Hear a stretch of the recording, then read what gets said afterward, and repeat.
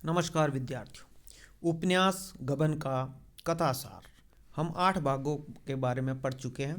9वें भाग में रमानाथ अब नौकरी की तलाश करने लगा क्योंकि उस पर भी दबाव है। वो भी अपनी पत्नी की नज़रों में गिरना नहीं चाहता है। उसके एक शतरंज के साथी थे रमेश बाबू, जो म्यूनिसिपैलिटी में हेड क्लर्क थे। रमेश बाबू ईमानदार और सच्चरित्र व्यक्ति थे। उनके प्रयत्न से रमानाथ की म्यूनिसिपैलिटी में 300 रुपये महीने की नौकरी लग गई। तो नगर पालिका में उनके मित्र थे रमेश बाबू। रमानाथ ने भी अपनी जिम्मेदारी महसूस की और जालपा की नज़रों में वो गिरना नहीं चाहते थे। उसने एक बड़ा पाप किया था, उसको परेशान किया था, उसके गहने चुराए थे।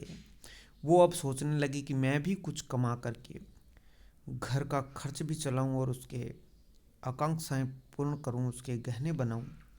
और 300 रुपये महीने की तनख्वाह से वो नगर पालिका में क्लर्क का काम करने लगे। 10वें भाग में जालपा की माँ ने अपना चंद्रहार पुत्री के लिए भेजा, किंतु स्वाभिमान की रक्षा हेतु और अपनी माँ के आभूषण प्रेम को जानकर उसने हार लौटा दी। 10वें भाग में बताया गया कि जब जालपा की माँ को पता चला कि उसकी पुत्री के गहने चोरी हो गए हैं और उसको पता था अपनी पुत्री के चंद्रहार प्रेम के बारे में, तब उसकी माँ ने उसके लिए वो चंद्रहार जो पहले उसके पिता ने उसकी माँ के लिए बनाया था भेजा, लेकिन अपने स्वाभिमान के कारण उसको वापस लौटा दिया। 11वें भाग में गबन उपन्यास रमानाथ की 300 के बजाय 400 की नौकरी लगी। उसके ठाट बाट से नौकरी करना शुरू किया, ऊपर की कमाई का भी प्रबंध किया। जालपा से उसने कंगन उधार में बना देने का वादा किया। वो 300 की नौकरी लगी और ऊपरी कमाई का भी प्रबंध हुआ। तनख्वाह 300 और ऊपरी कमाई का प्रबंध। जालपा से उसने कंगन उधार में बना देने का वादा किया कि मैं कंगन भी बना दूंगा। वो ऊपर से भी कमाई यानी भ्रष्टाचार की कमाई, रिश्वत की कमाई भी वो करता था और उनका काम निकालता था। वह नौकरी करने लगा। अगले भाग 12वें में रमेश बाबू ने रमानाथ को उधार में गहने बनाने से मना किया था। रमेश बाबू से भी जिक्र किया था रमानाथ के मुझे पैसे चाहिए। पिता ने रिश्वत न लेने के लिए समझाया था। रमानाथ ने जालपा की लिखी हुई 3 चिट्ठियां पढ़ ली थी, जिनमें जालपा ने आभूषण न बनाने के लिए अपने पति और ससुराल की बुराई की थी। अतः रमानाथ अपनी पत्नी को प्रसन्न करने के लिए बाजार चला गया। देखिए, रमेश बाबू ने उधार में गहने न बनाने की सलाह दी, पिता ने रिश्वत न लेने की सलाह दी, लेकिन रमानाथ ने इन दोनों बातों का पालन नहीं किया।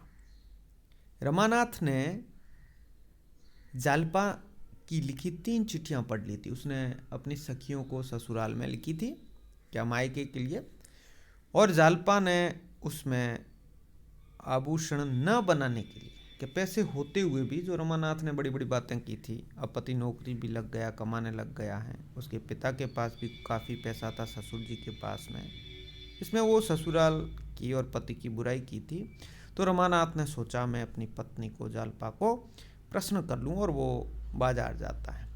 13वें भाग में रमानाथ ने गंगू सर्राफ से 600 रुपये के हार और 300 रुपये का शीश फूल खरीदा। 300 रुपये नकद देकर 600 रुपये उधार रखकर गहना घर ले आया। जालपा ये गहने पाकर प्रसन्न हो गई। काफ़ी कुछ ऊपरी कमाई हो रही थी, तो कुछ पैसे तो उसने नकद दे दिए और बाकी वाले महंगे जो गहने थे, अच्छे गहने थे। उस समय ये जो उपन्यास 1931 में लिखा गया है, उस समय यह भी जो पैसे हैं ये 600 रुपये हैं। वो ये समझिए आप कम से कम 1-2 लाख 3 लाख जितना मूल्य रखते थे, लाख जितना मूल्य रखते थे। अपन अब हंस सकते हैं इसको सुनकर, भाई 600 रुपये का हार क्या खरीदा उसने, लेकिन ये 600 रुपये भी 1 लाख के बराबर होते थे। तो रमानाथ ने गंगू सराफ से 600 रुपये के हार और 300 रुपये का शीश फूल खरीदा। 300 रुपये नकद देकर 600 रुपये उधार रखकर गहना घर ले आया। जालपा ये गहने पाकर बहुत प्रसन्न हुई, खुश हुई कि उसे कम से कम गहने दिए, लेकिन उसे यह पता नहीं था कि पति काफ़ी कुछ उधार करके यह गहने लाए। 14वें भाग में इसके एक दिन एक दलाल से कंगन और रिंग 700 रुपये में उधार खरीद लिए और कंगन अपनी पत्नी जालपा को दे दिए। ये भी रमानाथ ने 700 रुपये और उधारी कर ली। अब रमानाथ का जीवन स्तर बढ़ने लगा। जैसे जैसे इनकम होने लगी, आय होने लगी, वैसे वैसे ही खर्च भी बढ़ता गया, व्यय बढ़ता गया, जीवन स्तर बढ़ गया। उसने जालपा के वस्त्र खरीदे। वे दोनों बड़े आदमी बनकर दूसरों के यहाँ आने जाने लगे। एक बार काशी के बड़े वकील इंद्रभूषण ने उन्हें चाय पर आमंत्रण किया। वकील साहब वृद्ध थे, जिन्होंने अपने युवा पुत्र के मर जाने के बाद रतन नामक तरुणी से विवाह कर लिया था। उनकी पहली पत्नी मर गई थी और बाद में एक जवान औरत रतन नामक लड़की से उन्होंने विवाह किया। रतन भी संपन्नता में प्रसन्न थी। जब जालपा और रमानाथ वकील साहब के यहाँ आए तो जालपा के हाथ के कंगन देखकर रतन ने वैसे ही कंगन बनवाने की इच्छा प्रकट की। रमानाथ ने स्वीकार कर लिया। फिर जब रतन जालपा रमानाथ द्वारा आमंत्रित किए जाने पर उनके घर गई तो उसने 600 रुपये कंगन बनवाने हेतु रमानाथ को सबके सामने दे दिए। अब बड़े बड़े घरों में आना जाना होने लगा।